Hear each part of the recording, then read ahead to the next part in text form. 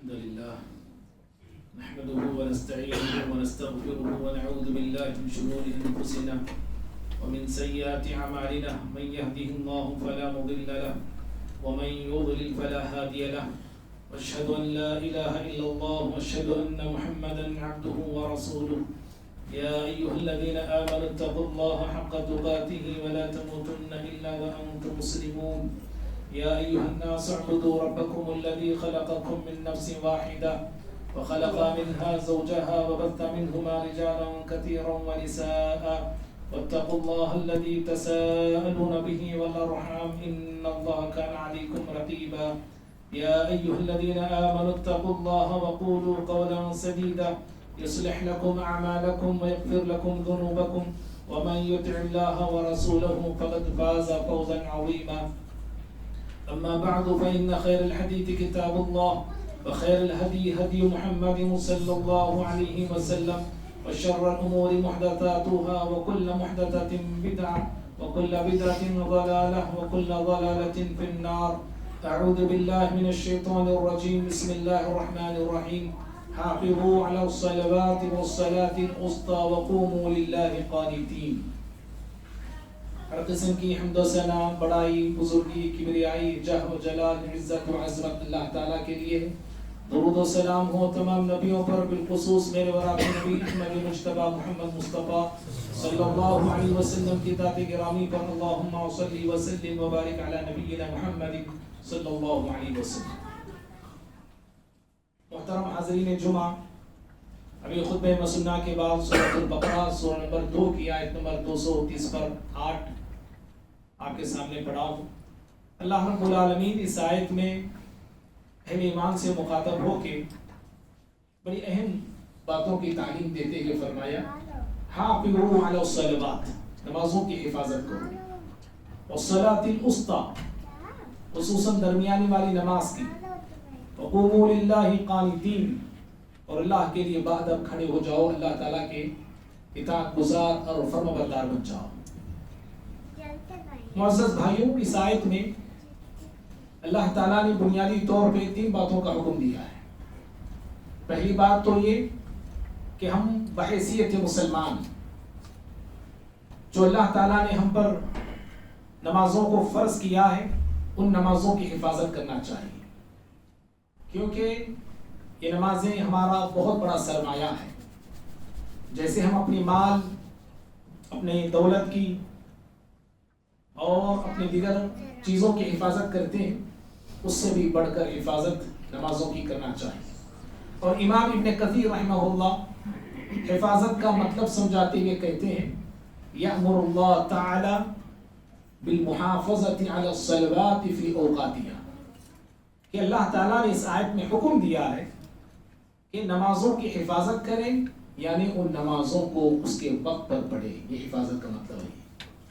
پھر کا وحفظ حدودها، نماز کے جو ارکان ہیں، جو شرائط ہیں، جو واجبات ہیں، ان سارے ارکان، ان سارے واجبات اور شرائط کو پورا کرتے ہوئے نمازیں پڑھیں.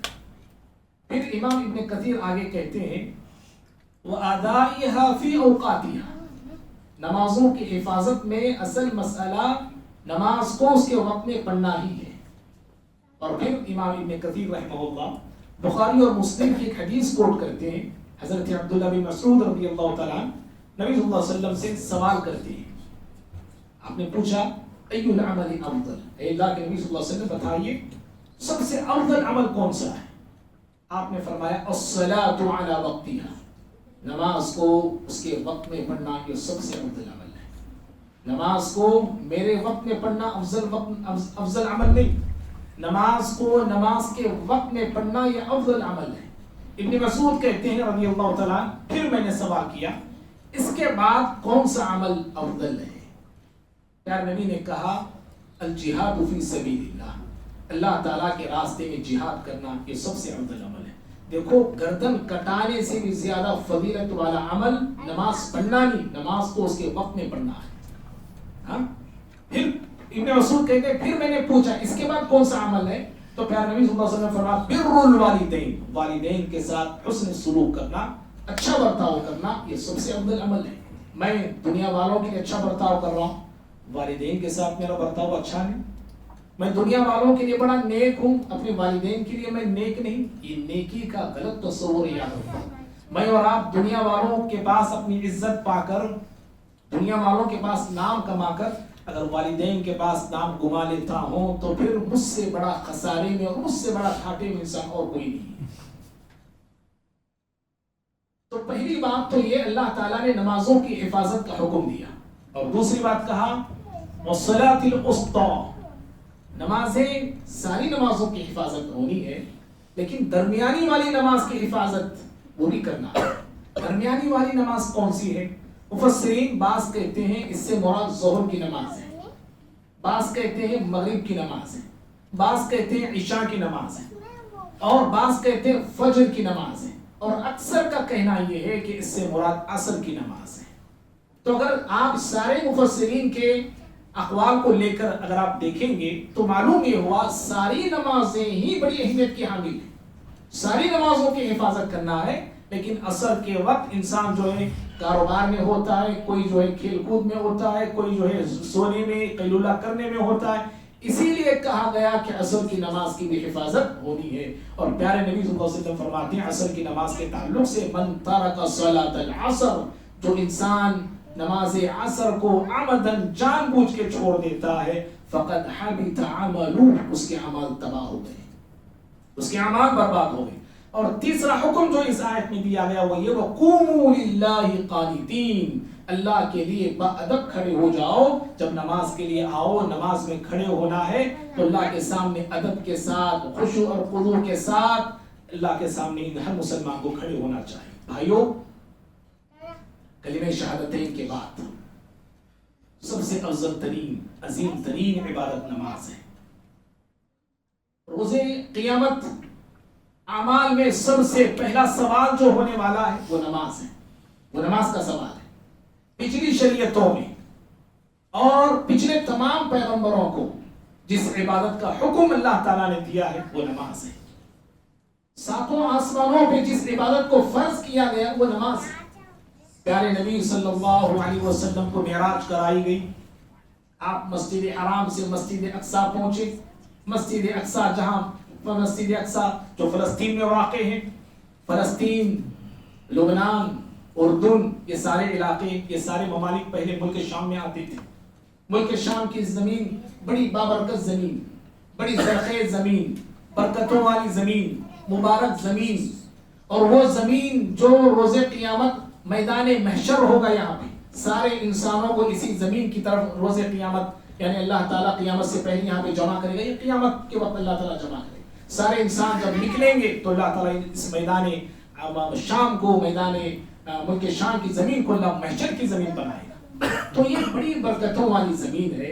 اس زمین پر چند ظالم جو ہے قابض تھے، حکمران تھے، اور اللہ کا فضل یہ ہوا کہ کئی سال ان کا ظلم اور ستم ہوا، ہزاروں لاکھوں مسلمان شہید کیے گئے، ہزاروں لاکھوں مسلمانوں کو بے گھر کیا گیا، جیلوں کے اندر، قیدوں کے اندر ڈالا گیا۔ ابھی 8 دسمبر کو حکومت کا کایا پلٹا ہے، اور جو ظالم تھا بشار الاسد، جو شیعی حامل تھا، شیعہ عقائد کا حامل تھا، اور وہ راہ فرار اختیار کر گیا ہے، اور اللہ رب العالمین وہاں کے مسلمانوں کو لانے نجات دی ہے۔ اللہ سے دعا ہے اللہ تعالیٰ وہاں کے مسلمانوں کی حفاظت کرے، اور دنیا بھر کے تمام مسلمانوں کو اللہ تعالیٰ امن عطا فرمائے۔ تو بتانا یہ ہے اللہ تعالیٰ نے معراج جو پیارے نبی صلی اللہ علیہ وسلم کی کرائی، اس معراج میں جس عبادت کو فرض کیا ہے وہ نماز ہے، اور رب العالمین کی قربت کو پانے کا، اللہ کی نزدیکی کو پانے کا بہت بڑا ذریعہ کیا ہے جانتے ہیں؟ نماز ہے۔ سورہ علق کی آخری آیت میں اللہ نے کہا وَاسْجُدْ وَاقْتَرِب، اللہ کے لیے سجدہ ریز ہو جاؤ اور اللہ کے قریب ہو جاؤ۔ اور روز آخرت پیارے نبی صلی اللہ علیہ وسلم کی صحبت کو پانے کا، نبی کی صحبت ہم چاہتے ہیں آخرت میں، نبی کی صحبت کو پانے کا طریقہ یہی نماز ہے۔ صحیح مسلم کی روایت میں آپ نے فرمایا فَعِنِّي عَلَى نَفْسِكَ بِكَثْرَةِ السُّجُودِ، کثرت سجود کے ذریعے، نوافل کے ذریعے میری مدد کرو، اور روز قیامت مجھے تمہاری یا میری تم کو جو ہے صحبت نصیب ہوگی۔ آپ نے اپنے صحابی ربیعہ بن کعب اسلمی رضی اللہ عنہ کو نصیب فرمایا۔ اور معزز بھائیوں، پیارے نبی صلی اللہ علیہ وسلم کو سکون چین جو ملتا تھا نا وہ نماز سے ملتا تھا. آپ فرماتے تھے قرۃ عینی فی الصلاۃ، میری آنکھوں کی جو ٹھنڈک ہے وہ نماز میں ہے. زندگی کے جو مسائل ہیں میرے آپ کی، زندگی کی جو پریشانیاں ہیں میری آپ کی، ان پریشانیوں سے، ان مصیبتوں سے، ان مشکلات سے نکلنے کا بہت بڑا ہتھیار نماز ہے. اللہ تعالیٰ نے کہا وَاسْتَعِينُوا بِالصَّبْرِ وَالصَّلَاةِ، اللہ تعالیٰ سے مدد طلب کرو. کیسے؟ صبر کے ذریعے اور نماز کے ذریعے. بھائیو مختصر یہ نماز وہ عظیم الشان عبادت ہے. مسلمان تو مسلمان، کیا بول رہا ہوں میں؟ مسلمان تو مسلمان، انسان تو انسان، کائنات کی بے زبان مخلوقات جو عبادت بجا لاتی ہے وہ نماز ہے. کائنات کی بے زبان مخلوقات، حیوانات، یہ جانور، یہ پرندے، یہ چرندے، اللہ تعالیٰ نے کہا ان کی بھی ایک عبادت ہے. دو عبادتیں یہ کرتے ہیں. دنیا کے تمام جاندار، دنیا کے تمام پرندے دو عبادتیں کرتے ہیں. ایک عبادت تسبیح ہے اور ایک عبادت صلاۃ ہے. اللہ نے کہا سورۃ النور 20 سورۃ آیت نمبر 40 پر 1 میں الم تر ان اللہ یسبح له من فی السماوات والارض والصافات والطیر الصافات کل قد علم صلاته وتسبیحہ. اللہ تعالیٰ کہتا کہ آپ لوگ دیکھتے نہیں کہ آسمان اور زمین میں جو ہیں سارے اللہ کی تسبیح بیان کرتے ہیں اور پرندے ہواؤں میں اپنے پروں کو اڑائے رہتے ہیں. پھر اللہ تعالیٰ کہتا ہے کہ ہر مخلوق اپنی تسبیح بھی جانتی ہے، اپنی نماز بھی جانتی ہے. کل قد علم صلاته وتسبیحہ. ہر مخلوق تسبیح کیسے کرنا ہے، صلاۃ کیسے پڑھنا ہے، ہر مخلوق جانتی ہے. اور امام ابن کثیر رحمہ اللہ اس آیت کی شرح کرتے ہوئے کہتے ہیں کہ جیسے اللہ نے انسانوں کو عبادت کا طریقہ اور سلیقہ بتایا اور سکھایا ہے، ایسے ہی اللہ نے ہر مخلوق کو بھی عبادت کا ڈھنگ بتا دیا ہے. لیکن وہ عبادت کیسے کرتے ہیں، تسبیح ان کی کیا ہوتی ہے، نماز ان کی کیسے ہوتی ہے. کہا وَلَكِنْ لَا تَفْقَهُونَ تَسْبِيحَهُمْ. سورہ بنی اسرائیل میں اللہ نے کہا کہ ان کی تسبیح کو تم سمجھ نہیں سکتے. اے انسانوں، جب تسبیح کو ہم ان کی سمجھ نہیں سکتے تو ان کی نماز کو کیا سمجھ پائیں گے؟ ہاں، اللہ اکبر. یہ وہ عبادت ہے. بھائیو سونے کی ایک بات یہ ہے، نماز کی اسلام میں بڑی اہمیت آئی ہے، بڑی فضیلت آئی ہے. ہر نماز اپنے مقام پہ بڑا مقام رکھتی ہے، اپنے جگہ پہ بڑا مقام رکھتی ہے، بڑا مرتبہ رکھتی ہے، بڑا رتبہ رکھتی ہے. ظہر نماز ہو، عصر نماز ہو، مغرب نماز ہو، عشاء نماز ہو، فجر نماز، ہر نماز کا ایک مقام ہے، ہر نماز کی ایک فضیلت ہے، ہر نماز کی ایک اہمیت ہے. لیکن آج میں ان ساری نمازوں میں ایک نماز کی اہمیت پہ گفتگو کر رہا ہوں، وہ ہے نماز فجر. نماز فجر کی بڑی اہمیت ہے. کتنی اہمیت ہے؟ دو باتوں سے آپ اندازہ لگا سکتے ہیں کہ نماز فجر کی اسلام میں اللہ کے پاس کتنی زیادہ اہمیت ہے. پہلی بات اہمیت کے لیے یہ ہے کہ اللہ تعالیٰ نے اپنے آخری کلام میں قرآن کے 30 پاروں میں 114 سورتوں میں ایک سورت الفجر کے نام سے اللہ نے نازل فرمایا. سورت الفجر کے نام سے ایک سورت کو اللہ نے نازل فرمایا. اور دوسری بات اہمیت کے لیے آپ جان سکتے ہیں کہ اللہ تعالیٰ نے قرآن میں جہاں مختلف اشیاء کی، مختلف چیزوں کی قسم کھائی ہے، وہیں پر رب العالمین فجر کی قسم کھائی. اسی سورہ کی پہلی آیت ہے والفجر، کہا قسم ہے فجر کی. اللہ اللہ، کتنی عظیم بات ہے کہ اللہ رب العالمین فجر کی قسم کھا رہا ہے، فجر کے وقت کی قسم کھا رہا ہے. رب العالمین جب کسی چیز کی قسم کھاتا ہے اس چیز کی اہمیت بڑھ جاتی ہے، اس کا مقام بڑھ جاتا ہے، اس کی عظمت بلند ہو جاتی ہے. اور بھائیوں، فجر کا وقت، صبح کا وقت، یہ برکت کا وقت ہے، یہ برکت کا وقت ہے. اللہ تعالیٰ نے اس وقت میں بڑی برکت رکھا ہے. بہت سارے بڑے بڑے کام فجر میں بڑی آسانی کے ساتھ ہو جاتے ہیں، بڑے آسانی سے فجر کے وقت ہوتے ہیں. پیارے نبی صلی اللہ علیہ وسلم کی دعا ہے، ابو داؤد کی روایت ہے، آپ صلی اللہ علیہ وسلم نے دعا کی، کہا اللہم بارک لی امتی فی بکوریا، کہا کہ پروردگارا میری امت کی صبح میں برکت دینا، میری امت کی صبح میں برکت دینا. تو گویا کہ فجر کا وقت یہ برکتوں والا وقت ہے، برکتوں کا نزول ہوتا ہے، یا برکت اللہ تعالیٰ نے اس وقت میں رکھا ہے. اور اسی طرح سے فجر کا جو وقت ہے، صبح کا جو وقت ہے، یہ رزق کی تقسیم کا وقت ہے. جی رزق تقسیم ہوتا ہے، رزق تقسیم ہوتا ہے، رزق بڑھتا ہے، اور رزق میں اللہ تعالیٰ اس وقت میں بڑی برکت رکھا ہے. حضرت عبداللہ بن عباس رضی اللہ تعالیٰ عنہما نے اپنے بیٹے کو صبح کے وقت سوتے ہوئے دیکھا اور غصے میں آ گیا، ڈانٹنے لگے اپنے بیٹے کو، کہا اتنام بالساعہ، اس وقت سوتے ہو جس وقت کے رزق تقسیم ہوتا ہے اور تم ہو کے سو رہے ہو. ہاں ابن عباس رضی اللہ تعالیٰ عنہما اپنے بیٹے کو ڈانٹتے ہیں اور غصہ کرتے ہیں کہ فجر کے وقت، صبح کے وقت سونا گویا کہ رزق سے محرومی کا ایک بہت بڑا سبب ہے. آج ہمارے کام صبح میں ہوتے نہیں، جو کاروباری لوگ ہیں ان کے اکثر کام صبح میں ہوتے نہیں، اور اگر کاروبار صبح کے وقت نہیں ہے الگ مسئلہ ہے، اگر کسی کا ہے تو وہ لوگ نہیں کر پاتے ہیں، تو سنجی بہت بڑا نقصان ایسا انسان اپنے لیے کر رہا ہے. تو فجر کا وقت برکت کا وقت، رزق کی تقسیم کا وقت، اور اسی طرح سے فجر کا جو وقت ہے نا بھائی، یہ اللہ فرشتوں کی حاضری کا وقت ہے. جی فرشتوں کی حاضری کا وقت ہے. اللہ نے کہا سورہ بنی اسرائیل میں سورہ 17 آیت 78 میں 70 پر 8 میں ان قرآن الفجر کان مشہودا، فجر کا قرآن پڑھنا، یعنی نماز میں جو قرآن پڑھا جاتا ہے، فجر کا قرآن پڑھنا یہ فرشتوں کے حاضری کا وقت ہے. فرشتے اس وقت حاضر ہوتے ہیں، فرشتے اس وقت نازل ہوتے ہیں. اور بھائیوں یہ تھی فجر کے وقت کی فضیلت جو میں نے بتایا. اللہ نے اتنی فضیلتیں فجر میں رکھا ہے، اتنی برکتیں فجر کے وقت میں رکھا ہے، اتنی سعادتیں فجر کے وقت میں رکھا. ذرا بھلا سوچنا بھائی کہ جب فجر کے وقت کی یہ برکت ہے، فجر کے وقت کی یہ برکت ہے، تو فجر کے وقت عبادت کرنے کی، جی فجر کے وقت نماز پڑھنے کی کتنی برکت ہوگی.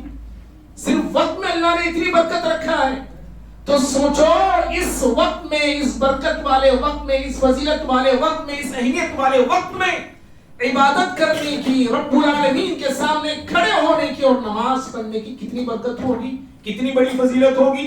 اسی لیے پیارے نبی صلی اللہ علیہ وسلم نے نماز فجر میں جو فرض نماز ہے، فرض نماز کی نہیں بلکہ سنت نماز کی فضیلت کو بتاتے ہوئے کہا کہ فجر کی 2 رکعت سنتوں کا مقابلہ دنیا کا کوئی خزانہ، دنیا کا کوئی سونا، دنیا کا کوئی مال، دنیا کی کوئی ہیرے جواہرات کر ہی نہیں سکتے. صحیح مسلم کی روایت، پیارے نبی صلی اللہ علیہ وسلم فرماتے ہیں رکعت الفجر خیر من الدنیا وما فیہا. کہا کہ لوگوں فجر کی 2 رکعت سنتیں، فرض نماز کی بات نہیں، فجر کی 2 رکعت سنتیں دنیا سے اور دنیا کی تمام چیزوں سے بڑھ کے بہتر ہے. اللہ دنیا بھی آ گئی، دنیا کی ساری چیزیں آ گئی، دنیا کی ساری نعمتیں آ گئے، دنیا کا سارا خزانہ اس میں آ گیا، دنیا کا سارا مال اس میں آ گیا. فجر کی 2 رکعت سنتیں دنیا اور دنیا کی تمام نعمتوں سے افضل اور بہتر ہے. ہمارے کام سے بہتر فجر کی 2 رکعت سنتیں، ہمارے گھر سے بہتر فجر کی 2 رکعت سنتیں، سمجھ رہے؟ ہماری نیند سے بہتر فجر کی 2 رکعت سنتیں. اسی لیے تو مؤذن یہ صدا لگاتا ہے، یہ ندا لگاتا ہے الصلاۃ خیر من النوم، الصلاۃ خیر من النوم. نماز نیند سے بہتر ہے، نماز نیند سے بہتر ہے. لیکن ہم ایسے غافل مسلمان ہیں، ہم کہتے ہیں کہ ہماری نیند نماز سے بہتر ہے، ہماری نیند نماز سے بہتر ہے، ہمارے اعمال ایسے بتاتے ہیں. بھائیوں یہ فجر کے وقت کی یہ سعادتیں ہیں، یہ برکتیں ہیں. اور فجر کی نماز میں جو بندے آتے ہیں نا، فجر کی نماز میں جو بندے حاضر ہوتے ہیں، اللہ کی نورانی مخلوق فرشتے ایسے بندوں کی تعریف اللہ کے دربار میں کرتے ہیں. کچھ کس کی تعریف چاہیے آپ کو؟ میری تعریف، آپ کی تعریف، دنیا میری آپ کی تعریف کرے، دنیا میرا آپ کا واہ کرے. اللہ کے بندوں، اللہ کی نورانی مخلوق تعریف کرتی ہے. کہاں کرتی ہے تعریف؟ میری آپ کی تعریف کہاں ہوتی ہے؟ چائے خانوں میں ہوتی ہے. میری آپ کی تعریف کہاں ہوتی ہے؟ روڈوں پہ ہوتی ہے. میری آپ کی تعریف کہاں ہوتی ہے؟ سڑکوں پہ ہوتی ہے. اللہ کے بندوں، اللہ کی نورانی مخلوق ان نمازی بندوں کی تعریف اللہ کے سامنے کھڑے ہو کے کرتے ہیں. ہاں اللہ کے سامنے کھڑے ہو کے کرتے ہیں. بخاری کی روایت پیارے نبی صلی اللہ علیہ وسلم فرماتے ہیں یتعاقبون فیکم ملائکۃ باللیل وملائکۃ بالنہار. کہا کہ مسلمانوں تمہارے پاس دن اور رات کے فرشتے باری باری آتے ہیں. دن کے فرشتے آتے ہیں, رات کے فرشتے آتے ہیں.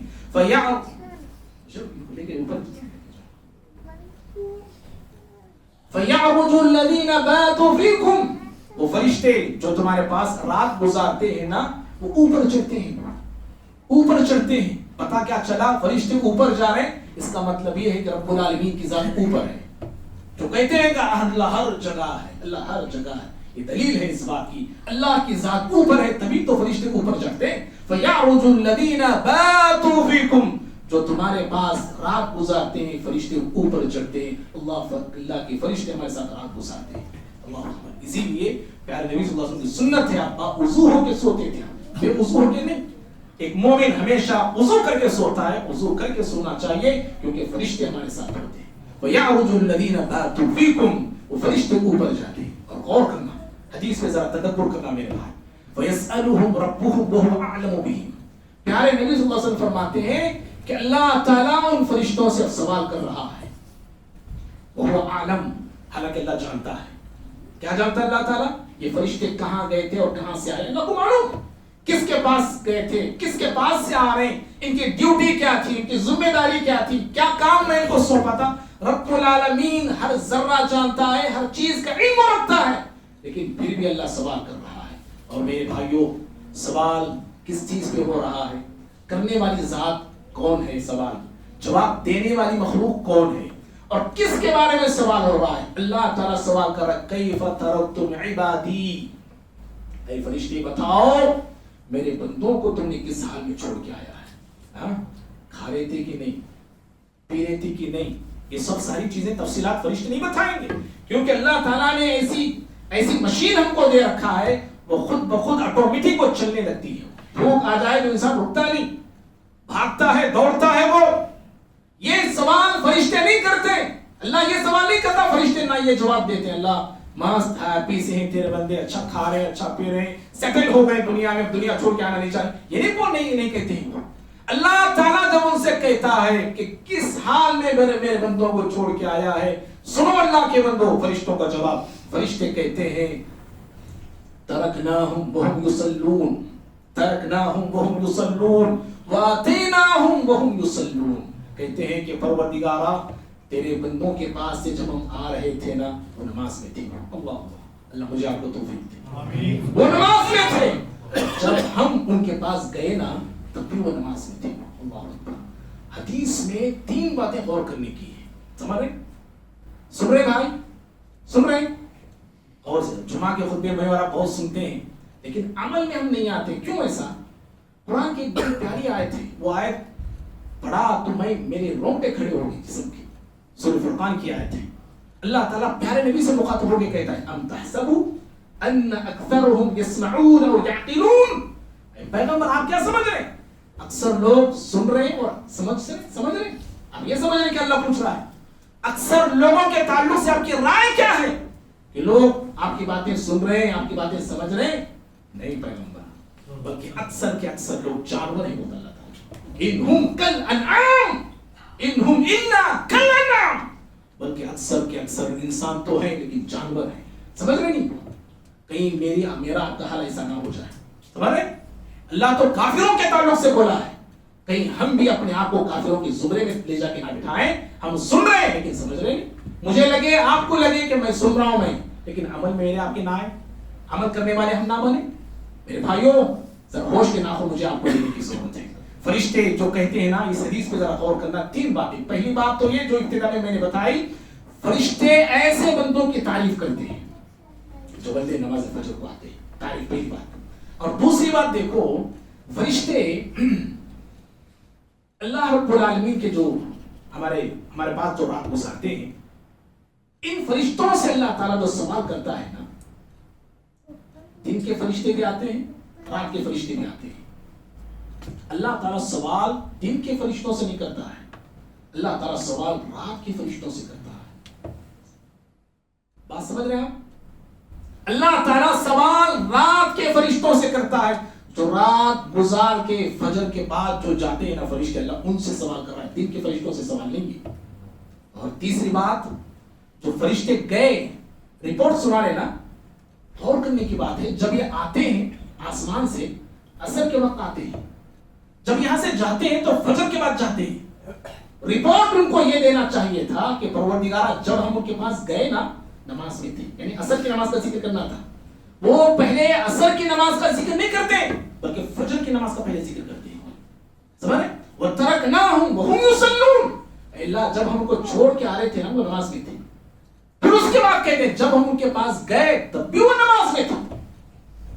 یہ ہے نماز فجر کی اہمیت اور برکت اور مقام اور مرتبہ۔ اور معزز بھائیوں، نماز فجر جو شخص پابندی کے ساتھ پڑھتا ہے نا، اللہ اکبر، ایسے بندے کو پوری رات قیام کرنے کا ثواب دیا جاتا ہے، یا وہ بندہ ایسے ہوتا ہے جیسا کہ اس نے پوری رات قیام کیا ہے۔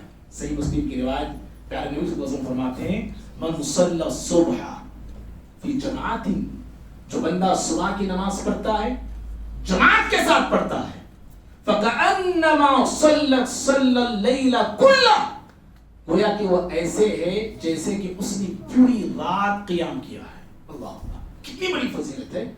فجر کی نماز آپ باجماعت پڑھتے ہیں تو گویا کہ پوری رات قیام کرنے کا، پوری رات قیام کرنے والے کے جیسے ہیں۔ اور بھائیو، بیہقی کی حدیث ہے، ابن عمر حدیث کے راوی رضی اللہ تعالیٰ عنہما، پیارے نبی صلی اللہ علیہ وسلم فرماتے ہیں اللہ کے پاس ساری نمازیں افضل ہیں، ساری نمازیں افضل ہیں، ساری نمازیں پسندیدہ ہیں۔ آپ نے کہا ان افضل الصلاۃ عند اللہ صلاۃ الصبح یوم الجمعہ فی جماعت، پیارے نبی صلی اللہ علیہ وسلم فرماتے ہیں لوگوں، ساری نمازیں اللہ تعالیٰ کے پاس افضل ترین اور عظیم ترین ہے، لیکن جمعہ کے دن فجر کی نماز پڑھنا یہ بہت افضل ترین ہے۔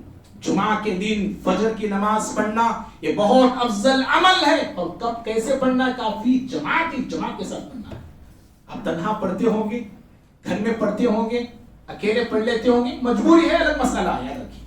بغیر کسی شرعی عذر کے انسان اگر تنہا پڑھ رہا ہے تو اتنی بڑی فضیلت سے وہ اپنے آپ کو دور کر رہا ہے۔ اور بھائیوں، میں اور آپ آج، مجھے آپ کو ایک فکر ہے۔ کیا فکر ہے؟ میری حفاظت کیسی ہے؟ حفاظت کا آج بہت بڑا مسئلہ ہو کے رہ گیا ہے۔ میری حفاظت کیسے ہوگی؟ میرے گھر والوں کی حفاظت کا کیا ہوگا؟ میرے بعد میرے بچوں کا کیا ہوگا؟ میرے بھائیوں، آپ خود نمازی بنیے، آپ خود فجر کی نماز کے پابند بن جائیے، گھر والوں کو نمازی بنائیے، گھر والوں کو نماز فجر کی عادت ڈلوائیے، اللہ آپ کا بھی محافظ بن جائے گا، اللہ تعالیٰ آپ کے گھر والوں کا بھی محافظ بن جائے گا۔ ترمذی کی روایت، پیارے نبی صلی اللہ علیہ وسلم فرماتے ہیں من صلی الصبح فهو فی ذمۃ اللہ، جو صبح کی نماز پڑھتا ہے وہ اللہ کے ذمے ہوتا ہے، جی اللہ کی حفاظت میں ہوتا ہے، وہ اللہ کی امانت میں ہوتا ہے۔ اور بھائیوں، میں اور آپ جنت تو چاہتے ہیں نا، ہر شخص جنت چاہتا ہے، لیکن عمل کے بغیر ہم چاہتے ہیں، توحید کے بغیر ہم چاہتے ہیں، ایمان کے بغیر ہم چاہتے ہیں، نمازوں کے بغیر ہم چاہتے ہیں کہ سیدھے جنت میں مل جائے، جنت میں چلے جائے، دامن پکڑیں گے چلے جائیں گے جنت میں، غوث کا دامن تھامیں گے تو سیدھے جنت میں چلے جائیں گے، خواجہ خواجہ پکاریں گے تو جنت میں چلے جائیں گے، پل صراط پار ہو جائے۔ اللہ کے بندو، جنت کیسے ملتی ہے؟ ایمان اور اعمال صالحہ شرط ہے جنت کے لیے، اور جنت میں لے جانے والے جو اعمال ہیں، ان اعمال میں عظیم عمل کیا ہے جانتے ہیں؟ نمازوں کی حفاظت ہے۔ بخاری کی حدیث، پیارے نبی صلی اللہ علیہ وسلم فرماتے ہیں من صلی البردین دخل الجنہ، جو بندہ نمازوں کی پابندی کرتا ہے، نمازیں ادا کرتا ہے، اور نماز عشاء اور نماز فجر کی بھی پابندی کرتا ہے، ایسا بندہ جنت میں جائے گا، جنت میں داخل ہوگا۔ اور بھائیوں، معلوم ہونا چاہیے ہم سب کو کہ جنت میں جانے کے بعد جنت کی تمام نعمتوں میں، کتنی نعمتیں ہیں جنت میں، کیسی نعمتیں ہیں جنت میں، اللہ اللہ، ما لا عین رات، پیارے نبی نے فرمایا کسی آنکھ نے دیکھا نہیں، ما لا اذن سمعت، کسی کان نے سنا نہیں، اور کسی انسان کے دل نے محسوس تک نہیں کیا، ایسی ایسی نعمتیں اللہ جنت میں اہل جنت کے لیے تیار کر رکھا ہے۔ لیکن ان تمام نعمتوں میں سب سے بڑی نعمت، سب سے عظیم نعمت دیدار الہی ہے، اللہ کا دیدار، اللہ اللہ، کون ایسا مسلمان ہے جو اللہ کا دیدار نہیں کرنا چاہتا بھائی؟ کون ایسا مسلمان ہے جو اللہ کے دیدار کو پسند نہیں کرتا؟ دنیا کا سارا خزانہ انسان کو اگر دیا جائے وہ سارے خزانے کو ٹکرا دے گا۔ ارے اللہ کے نبی کے لیے سارے دنیا کو ٹکرا دیا نا جی صحابہ کرام، پیارے نبی صلی اللہ علیہ وسلم کے لیے، آپ کی صحبت کے لیے، آپ کی مجلس کے لیے، آپ کے ساتھی بن کر رہنے کے لیے دنیا کو چھوڑا، مال کو چھوڑا، گھر والوں کو چھوڑا۔ ذرا سوچو اللہ تعالیٰ کا کیا عالم ہے، پیارے نبی کا یہ عالم ہے، اللہ رب العالمین کا کیا عالم ہوگا۔ اللہ کا دیدار، دنیا کی تمام نعمتیں، دنیا کا جنت کی تمام نعمتوں میں سب سے عظیم نعمت رب العالمین کا دیدار ہے۔ اور بھائیو، رب کا دیدار کیسے پانا ہے، رب کا دیدار کیسے حاصل کرنا ہے؟ پیارے نبی نے دو عبادتوں کی طرف اشارہ کیا، ان عبادتوں کی زندگی میں پابندی کرو۔ بخاری کی روایت جریر بن عبداللہ بجلی حدیث کے راوی، آپ نے کہا انکم سترون ربکم کما ترون ھذا القمر، کہا لوگوں جیسے 14ویں رات کا چاند ہے، عربی تاریخ کی جو 14-15 تاریخ ہوتی ہے عربی مہینے کی، اس تاریخ کو چاند مکمل رہتا ہے، اس چاند کو دیکھنے میں کوئی تکلیف نہیں ہوتی، کوئی دشواری نہیں ہوتی، جیسے پہلی تاریخ کو دیکھنے میں مشکل ہوتی ہے۔ آپ نے کہا جیسے اس چاند کو، 14ویں چاند کو تم دیکھ رہے ہو اے صحابہ کرام، ایسے ہی تم اپنے رب کو کل روز قیامت دیکھو گے تم۔ لیکن اس کے لیے آپ نے کہا دو عبادتوں کی، 5 عبادتوں کی پابندی کے ساتھ آپ نے کہا نماز عصر، سورج کے ڈوبنے سے پہلے کی نماز، اور سورج کے طلوع ہونے سے پہلے فجر کی نماز کی پابندی کرنا۔ ففعلوا، آپ نے کہا ایسے کرو، حکم ہے ایسے کرو، پابندی کرو۔ اللہ اکبر، دیدار الہی۔ بہرحال بھائیوں، باتیں وقت ہو گیا ہے۔ نماز فجر کی بڑی اہمیتیں ہیں۔ نماز اگر ہم چھوڑتے ہیں سزائیں بھی ہیں، یاد رکھو سزائیں بھی ہیں۔ 90 نمازی انسان جہنم میں جائے گا، اس میں کوئی شک نہیں، لیکن خاص طور پہ نماز فجر چھوڑنے والا انسان، اس کے لیے بڑی سزائیں، بڑی وعیدیں، بڑے عذابات ہیں۔ پیارے نبی صلی اللہ علیہ وسلم فرماتے ہیں کہ جو شخص فجر کی نماز چھوڑتا ہے، شیطان ایسے انسان کا مذاق اڑاتا ہے، شیطان مذاق اڑاتا ہے۔ کوئی انسان میرا مذاق اڑائے کو برداشت نہیں کرتا۔ شیطان روزانہ، اگر ہم روزانہ فجر چھوڑتے ہیں تو روزانہ فجر چھوڑنے پر شیطان مجھے آپ کو مذاق بنا لیتا ہے، اپنا بسیرا کر لیتا ہے، مجھے آپ کو، میری آپ کی ذات کو گندگی کی جگہ بنا لیتا ہے۔ بخاری کی روایت پیارے نبی صلی اللہ علیہ وسلم فرماتے ہیں، ابن مسعود حدیث کے راوی، آپ کے سامنے ایک ایسے انسان کا ذکر ہوا جو نماز فجر چھوڑ کے سوتا ہے۔ آپ نے کہا بال الشیطان فی اذنی، یہ ایسا انسان ہے جس کے کان میں شیطان نے پیشاب کر دیا ہے۔ اللہ، شیطان نے پیشاب کر دیا۔ اور بخاری کی روایت پیارے نبی فرماتے ہیں جو نماز چھوڑتا ہے اور سوئے رہتا ہے، اللہ تعالیٰ ایسے بندے کو مرنے کے بعد سے لے کے قیامت کی صبح تک اس کے سر کو کچلنے کا عذاب دیتا ہے۔ پیارے نبی نے کہا، آپ نے خواب کا ذکر کیا، آپ نے دیکھا کہ ایک فرشتہ ایک بڑے سے پتھر کو لے کے ایک انسان کے سر کو کچل رہا ہے، مار رہا ہے، اس کا سر چکنا چور ہو جاتا ہے اور پتھر جا کے دور گرتا ہے، پتھر لے آنے تک وہ فرشتہ اس کا سر صحیح ہو جاتا ہے، پھر اس کے سر کو کچلتا ہے، پھر اس کے سر کو مارتا ہے۔ پیارے نبی نے جبریل امین علیہ السلام سے پوچھا کون ہے یہ شخص، گناہ کیا ہے، جرم کیا ہے اس کا؟ جبریل امین نے کہا یہ وہ انسان ہے جس نے رب کے کلام کو، قرآن کو یاد کر کے بھول گیا۔ پہلا جرم کیا ہے اس کا؟ رب کے کلام کو یاد کیا تھا اور بھول گیا تھا، اور دوسرا جرم اس کا یہ ہے فرض نمازوں کو چھوڑ کے سوتا تھا۔ اللہ اکبر، ہاں، فرض نمازیں، فجر کی بات نہیں، فرض نمازوں کو چھوڑ کے سو، چاہے ظہر میں سو جائے، عصر میں سو جائے، مغرب میں سو جائے، نمازوں کو چھوڑ کے آپ سو رہے، میں سو رہا ہوں، تو یہ عذاب ایسے انسان کو دیا جانے والا ہے۔ الارم پہ الارم ہو رہی ہے، پھینکے سو گئے، آواز اذان کی سنائی دے رہی، ہم نے سوئے رہا۔ فجر کی نماز اور دیگر نمازوں کو چھوڑ کے سونے والے کو یہ عذاب دیا جاتا ہے۔ بھائیو، باتیں زیادہ وقت ہو گیا ہے، آخری بات میرے بیان کی ہے، دیکھو صحابہ کرام نفاق سے ڈرتے تھے، کفر سے، شرک سے جیسے ڈرتے ہیں، صحابہ نفاق سے بھی ڈرتے تھے۔ وہ صحابی نفاق سے ڈرتے ہیں جن سے شیطان ڈرتا تھا۔ عمر بن خطاب رضی اللہ تعالی عنہ، کتنا اونچا مقام ہے ان کا صحابہ کرام میں، نفاق سے ڈرتے تھے، کہیں میرے اندر نفاق کی عادت تو، منافقوں کی عادت تو نہیں، ڈرتے تھے۔ وہ صحابی ڈر رہے جن کے گزرنے پہ شیطان دوسرا راستہ اختیار کر لیتا ہے۔ ہمارا حال کیا ہے؟ نفاق کو میں اور بڑے ہلکے میں لے لیے. میرے اندر نفاق ہے یا نہیں, ٹیسٹ کرنا ہے. کیا کرنا ہے, کیسے معلوم کرنا ہے؟ 2 نمازوں کو زندگی میں دیکھ لو. اگر یہ پابندی میں اور آپ کر رہے ہیں, نفاق سے بچے ہوئے. پابندی نہیں ہو رہی, گویا کہ نفاق کا مرض میرے آپ کے اندر داخل ہو گیا.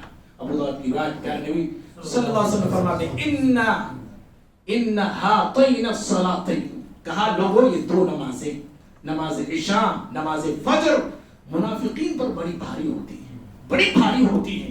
منافق ان نمازوں کی پابندی نہیں کرتا ہے, وہ مومن پابندی کرتا ہے.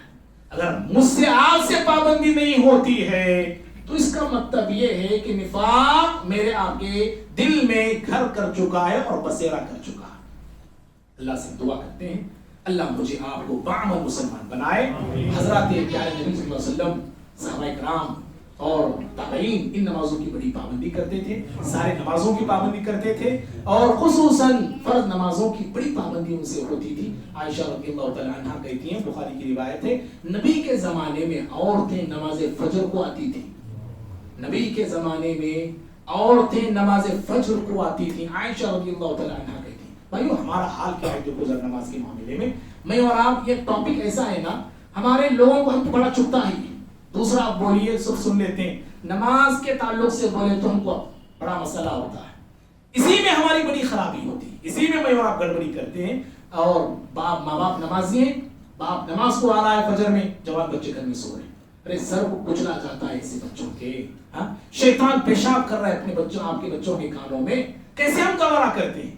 اللہ تعالیٰ مجھے آپ کو حسن عمل کی توفیق عطا فرمائے. جہاں مجھ سے آپ سے غلطیاں نماز کے معاملے میں, عبادات کے معاملے میں, عقیدے کے معاملے میں, معاملات میں ہم سے غلطیاں ہوئی ہیں, ہو رہی ہیں, اللہ اپنے فضل سے معاف فرمائے. اپنے غلطیوں کی ہم سب کو اصلاح کرنے کے اللہ توفیق عطا فرمائے. اللہ رب العالمین ہم تمام کو پنج وقت کا نمازی بنائے, ہماری ذریتوں کو, ہماری نسلوں کو اللہ تعالیٰ نمازی بنائے, ہمارے بیوی بچوں کو اللہ تعالیٰ نمازی بنائے, اور جتنے ہمارے مسلمان ہیں اللہ تمام مسلمانوں کو توحید والا, ایمان والا بنائے, اور اعمال صالحہ والا بنائے. آمین. اقول قولي هذا استغفر الله لي ولكم ولسائر المسلمين من كل ذنب فاستغفروه انه هو الغفور الرحيم.